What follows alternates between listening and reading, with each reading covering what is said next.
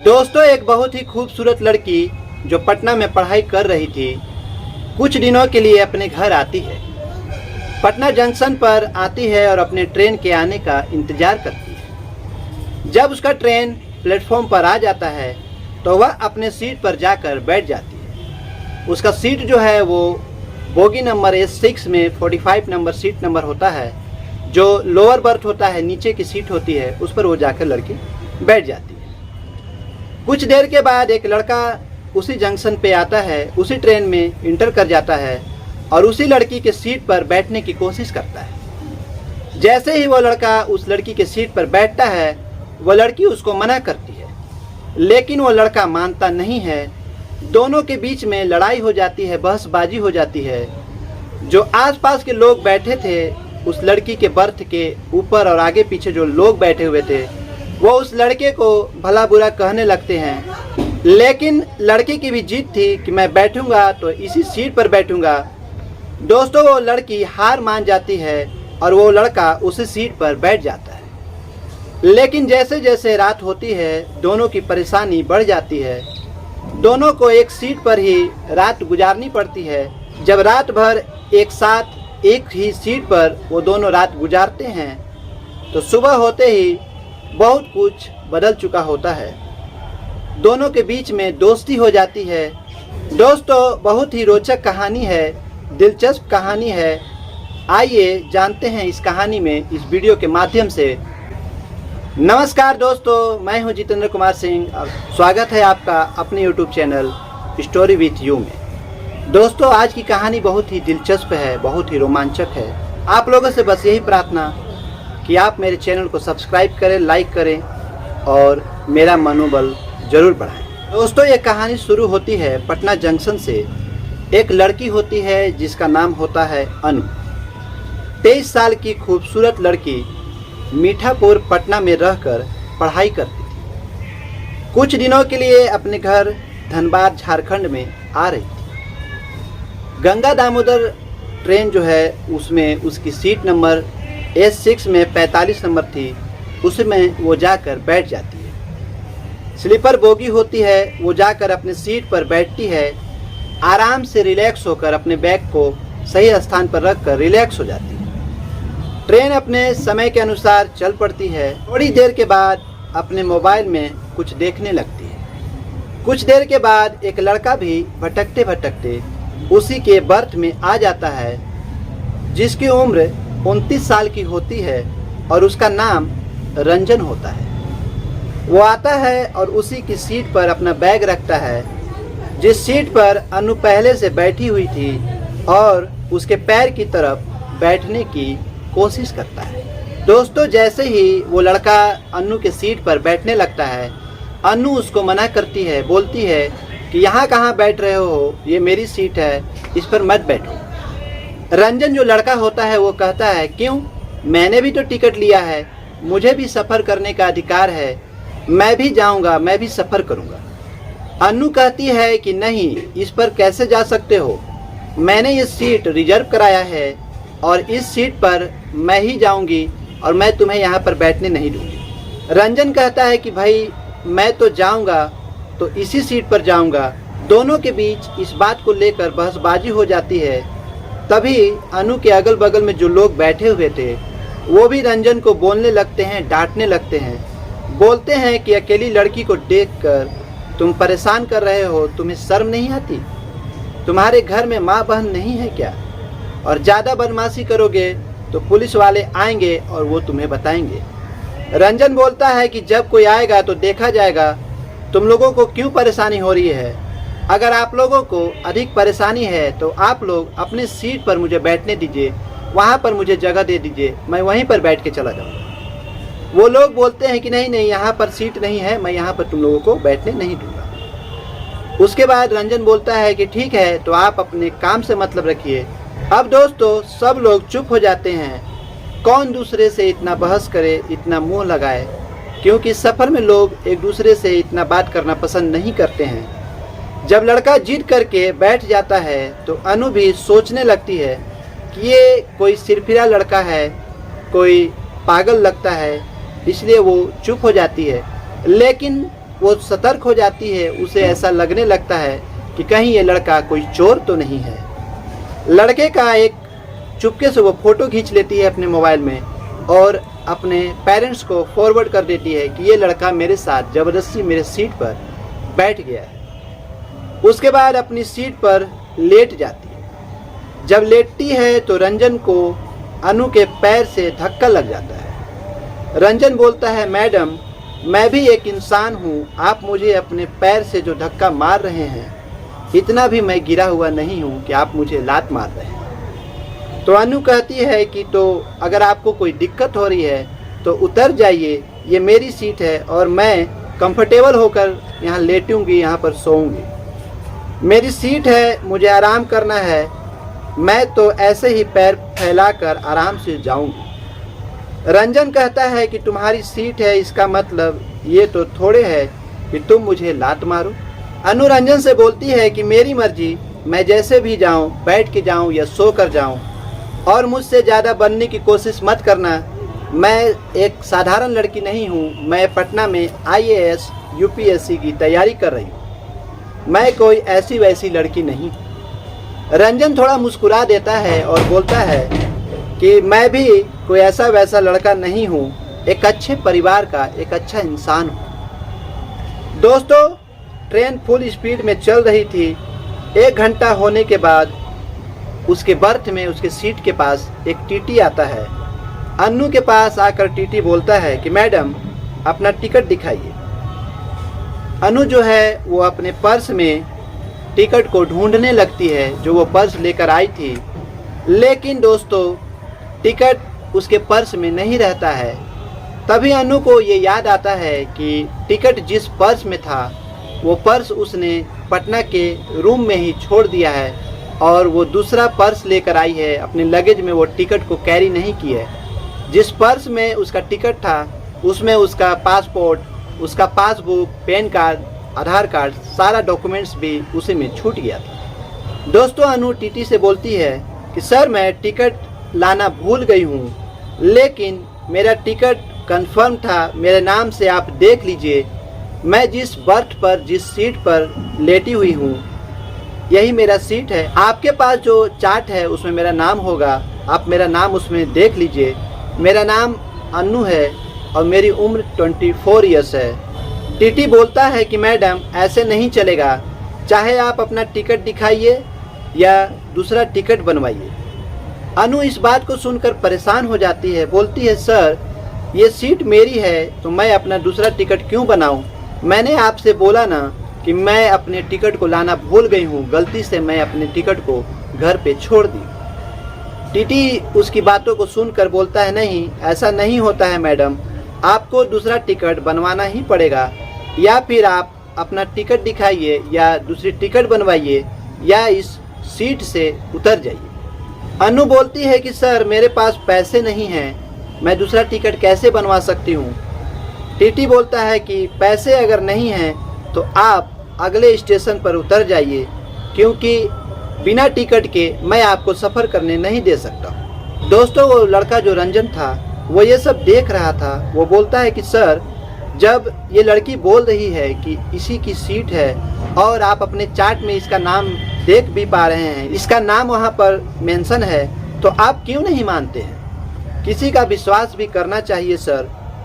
TT जब सुनता है तो वो भड़क जाता है, आग बबूला हो जाता है, बोलता है कि तुम ज़्यादा ज्ञान मत बताओ और हीरो बनने की कोशिश मत करो, तुम अपना टिकट दिखाओ, तुम्हारे पास टिकट है या नहीं है। रंजन बोलता है कि सर मेरे पास मेरा टिकट है, टिकट कंफर्म नहीं है, इसलिए मैं इस स्लीपर बोगी में चढ़ा हूँ, मेरा टिकट जो है वो वोटिंग में।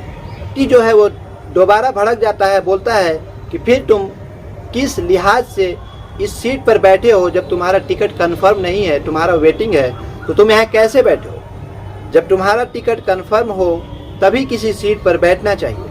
दोस्तों, अब रंजन जो है उसे भी गुस्सा आ जाती है। वो बोलता है कि जिस तरह रेलवे ने सीट न रहते हुए भी वेटिंग का टिकट काट कर मुझे दिया है, इसी हैसियत से मैं ट्रेन में सफ़र कर रहा हूँ और मैंने पैसे दिए हैं तो मैं इस ट्रेन में सफ़र करूँगा। टीटी बोलता है कि ठीक है, ज़्यादा बहस मत करो, अपने टिकट दिखाओ। जब रंजन टीटी को टिकट दिखाता है तो रंजन का टिकट जो है वो फर्स्ट क्लास एसी का रहता है। टीटी बोलता है कि तुम्हारा तो एसी का टिकट है। रंजन बोलता है कि हाँ मेरा एसी का टिकट है, लेकिन मेरा जो है वो सीट कंफर्म नहीं हो पाया था, इसलिए मैं इस स्लीपर बोगी में इंटर किया हूँ। क्योंकि एसी में जो है वो केवल 4 सीट होती है, मैं वहाँ पर एडजस्ट नहीं हो पाऊँगा, और यहाँ पर तो सैकड़ों सीटें होती हैं, तो मैं कहीं ना कहीं एडजस्ट कर लूँगा। दोस्तों, जैसे ही टीटी जो है वो रंजन का टिकट चेक कर लेता है, उसके बाद वो दोबारा से अनु को बोलता है कि मैडम आपका क्या है, क्या करना है, आप जो है वो दूसरी टिकट बनाने के लिए मुझे 1900 रुपया दीजिए, मैं आपकी दूसरी टिकट बना दूंगा, तभी आप इस ट्रेन में इस वर्ग पर सफ़र कर सकते हैं। दोस्तों, अनु जो है वो रोने लगती है, बोलने लगती है कि सर मेरे पास केवल 330 रुपये हैं, और वो भी पैसे मुझे अपने स्टेशन से अपने घर जाने के लिए इस्तेमाल करने हैं। लोकल का जो वहाँ का भाड़ा है वो मुझे चाहिए, मैं ये पैसे भी आपको नहीं दे सकती हूँ, बाकी मेरे पास पैसे नहीं हैं। टीटी जो है वो अनु से बहस करने लगता है, बोलता है कि नहीं तो आप अगले स्टेशन पर उतर जाइएगा, मैं आपको सफ़र करने नहीं दे सकता हूँ। रंजन जब देखता है कि टीटी जो है वो बहस कर रहा है, तो रंजन बोलता है कि सर अगर आप नहीं मान रहे हैं कि इस लड़की का ये सीट है, तो आप वो 1900 रुपया जो है वो मुझसे ले लीजिए और इस लड़की का टिकट बना दीजिए, लेकिन आप इससे बहस मत कीजिए और इसे अगले स्टेशन पर मत उतारिए। टीटी जो है वो रंजन से 1900 रुपया ले लेता है और टिकट बनाकर अनु के हाथ में दे देता है। अनु जब देखती है कि उसके पास बैठा हुआ व्यक्ति जिससे वो बहस कर रही थी, झगड़ा कर रही थी, उसे वहाँ नहीं बैठने दे रही थी, उस व्यक्ति ने उसके टिकट के पैसे दिए, तो वो बहुत ही शर्मिंदा होती है और बहुत ही खुश होती है, और उसके बाद वो अपने अंदर से ग्लानि महसूस करती है कि ये अच्छा व्यक्ति था, मैंने इससे बेकार में ही बहस किया। जब अनु के आस पड़ोस के लोग जो बैठे हुए थे, जो उस रंजन को डांट रहे थे, भला बुरा बोल रहे थे, वो भी जब ये देखते हैं कि एक अनजान व्यक्ति एक लड़की की मदद कर रहा है, तो वो लोग भी उससे भला कहने लगते हैं, उसकी सराहना करने लगते हैं। अनु जो है अब बोलती है कि सर आप अच्छे से बैठ जाइए, मैंने आपको बेकार में ही बहुत ही बुरा भला बोला, मुझे इसके लिए क्षमा कर दीजिए। लड़का जो होता है वो बोलता है कोई बात नहीं है, मैंने ऐसे कितना ही सफ़र किया है, और अगर आप मुझसे नाराज़ नहीं रहते तो आपकी लात मुझे कैसे खाने को मिलती है। ऐसा बोलकर वो लड़का जो है वो थोड़ा मुस्कुरा देता है। लड़की जो होती है अनु, वो भी थोड़ा मुस्कुरा देती है और अपनी गलती को महसूस करती है। दोस्तों, कुछ देर के बाद उस ट्रेन में लेज, कुरकुरे और पेप्सी वगैरह बेचने वाला हॉकर्स आता है, तो रंजन जो होता है वो उससे रुकवाता है और उससे बहुत सारा लेज, कुरकुरे, एक कोल्ड ड्रिंक खरीदता है। वो खरीद कर अनु की तरफ बढ़ाता है, बोलता है लीजिए इसे आप ही यूज कीजिए। शुरू में तो अनु जो है वो उसे मना करती है, नहीं सर आप यूज खाइए, मैं नहीं खाऊंगी, मैं अपना टिफ़िन लेकर आई हूँ। लेकिन थोड़ा सा जिद करने के बाद, दोस्तों आपको पता है कि लड़कियाँ जो है वो ज़्यादा देर तक लेज, कुरकुरे और कोल्ड ड्रिंक से अपने आप को दूर नहीं रख सकती हैं, ये उन लोगों की कमजोरी होती है। तो वो लेज, कुरकुरे जो है वो उस रंजन से ले लेती है और देखते ही देखते 4-5 पैकेट खा जाती है। दोस्तों, उसके बाद अनु और रंजन के बीच में दोस्ती हो जाती है। थोड़ी देर के बाद अनु जो है वो थोड़ा साइड हट कर एक IAS की किताब निकालती है, UPSC की तैयारी की, और उसे पढ़ने लगती है। रंजन जब देखता है कि अनु UPSC की तैयारी की बुक पढ़ रही है, तो वो पूछता है कि आप यहाँ पटना में जो है वो क्या करते हैं। तो अनु बताती है कि मैं धनबाद की रहने वाली हूँ और पटना में मैं UPSC की तैयारी कर रही हूँ एग्ज़ाम देने की। तो रंजन पूछता है कि क्या आपने कभी UPSC के एग्ज़ाम में इन्वॉल्व हुआ था। तो वो बोलती है कि हाँ, 1-2 बार मैंने एग्ज़ाम फेस किया है। वो बताती है कि सर कभी मेरा एंट्रेंस निकल जाता तो मैं मेंस में फंस जाती, कभी मेंस निकल जाता तो मैं एंट्रेंस में फंस जाती, कभी भी मेरा दोनों क्लियर नहीं हो पाया था, मैं 1-2 बार ट्राई कर चुकी हूँ। उसके बाद रंजन जो है वो UPSC से रिगार्डिंग कुछ प्रश्न उत्तर, कुछ क्वेश्चन आंसर अनु से पूछने लगता है। तो अनु जो है कुछ सवालों के जवाब दे पाती है और कुछ सवालों के जवाब नहीं दे पाती है। लेकिन अनु को दोस्तों बड़ा ही आश्चर्य होता है कि आखिर में इस लड़के को, रंजन को, इतनी जानकारी कैसे है जो वो पढ़ रही है बहुत सालों से, उसके बाद भी वो जवाब नहीं दे पा रही है। और ये लड़का जो उसके सामने बैठा हुआ है, साधारण सा दिख रहा है, ये जो है बहुत ही सटीक प्रश्न कर रहा है और उसके आंसर भी ये जानता है। अनु को जब आश्चर्य होता है तो वो रंजन से पूछती है कि सर आप क्या करते हैं? तो वो बताता है कि मैं भी तुम्हारे जैसा यूपीएससी की तैयारी कर रहा था, इसलिए मैं इस ट्रेन की धक्का मुक्की वाले सफ़र का एक्सपीरियंस है मेरे पास। मैंने भी बहुत सारे ऐसे सफ़र किए हैं जिसमें मैं जनरल डब्बे में भी सफ़र किया हूँ। वो लड़की जो है वो जब सुनती है कि ये लड़का भी यूपीएससी की तैयारी कर रहा था तो वो बोलती है कि तो फिर आपने उस एग्ज़ाम को, उस तैयारी को क्यों छोड़ दिया? लड़का रंजन जो है वो बोलता है कि मैं धनबाद के ही एक जगह पर पीसीएस अधिकारी हूँ, मैं तहसीलदार के रूप में वहाँ पर अपॉइंट हो चुका हूँ, इसलिए अब मुझे इसकी कोई ज़रूरत नहीं है, तो मैं इसलिए अब तैयारी नहीं करता हूँ। जैसे ही लड़की ने ये सुना कि ये जो सामने लड़का बैठा हुआ है वो कोई साधारण लड़का नहीं है, वो पीसीएस अधिकारी है, तो वो और भी अपनी शर्मिंदा होती है कि सर मैंने आपके साथ बहुत ही गलत किया। मुझे अगर पहले से पता होता कि आप एक पीसीएस अधिकारी हैं तो मैं आपके साथ ऐसा कुछ नहीं करती और आपको सम्मान के साथ यहाँ बैठने देती। लेकिन उसके बाद रंजन फिर से मुस्कुराते हुए बोलता है कि अगर तुम्हें पहले मैं बता देता तो तुम्हारी लात खाने को कैसे मिलती। इस बात को सुनकर दोनों मुस्कुरा देते हैं, हंसने लगते हैं। दोस्तों उसके बाद दोनों में दोस्ती हो जाती है। अनु जो है वो और भी खिड़की की तरफ सरक कर बैठ जाती है, बोलती है सर आप बैठिए बढ़िया से। वो लड़का बोलता नहीं मैं ठीक से बैठा हुआ हूँ, तुम बैठो कोई दिक्कत नहीं। दोस्तों इसी तरह से सफ़र चलते रहता है और रात के 12 बज जाते हैं। दोनों को बहुत ही नींद आने लगती है। उसके बाद जब अनु देखती है कि रंजन को नींद आ रही है तो वो बोलती है सर आप लेट जाइए, मैं एक साइड में बैठ जाती हूँ, मैं बैठकर अपना सफ़र काट लूँगी। रंजन जब इस बात को सुनता है तो बोलता है नहीं ऐसा थोड़े होता है, तुम्हारा सीट है और मैं सो कर जाऊँ तुम लेट कर जाओगी, ऐसा नहीं होता है। तुम भी लेट सकती हो, मैं अपने कोने में जहाँ बैठा हूँ वहाँ पर रात बिता लूँगा, कोई दिक्कत नहीं है। दोस्तों उसके बाद जैसे जैसे रात गहरी होती है दोनों को नींद सताने लगती है। दोनों कब फैल जाते हैं, लेटने लगते हैं उस सीट पर, पता ही नहीं चलता है। दोनों अलग अलग फेस रख के सो जाते हैं। दोनों का फेस जो है वो डिफरेंट डायरेक्शन में होता है और एक ही सीट पर दोनों सो जाते हैं। दोनों को ये आभास रहता है कि एक ही सीट पर हम लोग 2 व्यक्ति हैं, लेकिन दोनों इतने नींद में घुल मिल जाते हैं कि दोनों एक ही सीट पर सोने के लिए मजबूर रहते हैं। उसके बाद दोस्तों जब सुबह होती है तो दोनों उठते हैं और उठने के बाद जब अनु अपने आस पड़ोस के लोगों को बताती है कि ये कोई साधारण व्यक्ति नहीं है, ये पीसीएस अधिकारी हैं और एक जगह पर अपॉइंट हैं, तो सारे लोग भी बहुत शर्मिंदा होते हैं। बोलते हैं सर अगर आप पहले बता देते तो हम लोग भी अपनी सीट को छोड़कर आपको बैठा देते। रंजन बोलता है कि नहीं इसकी कोई ज़रूरत नहीं है, आप लोगों ने मुझे छोटा सा सीट बैठने के लिए दिया, यही मेरे लिए बहुत काफ़ी है, मैं बहुत ही खुश हूँ। उसके बाद अनु जो है वो फिर से पूछती है रंजन से कि सर एक बात बताइए कि आप पटना क्या करने गए थे? तो रंजन बोलता है कि मैं किसी सरकारी काम से ही पटना गया था, लेकिन मेरा जो है वो कल का रिजर्वेशन कंफर्म था, सरकार की तरफ से अप डाउन का करा के मिल गया था मुझे।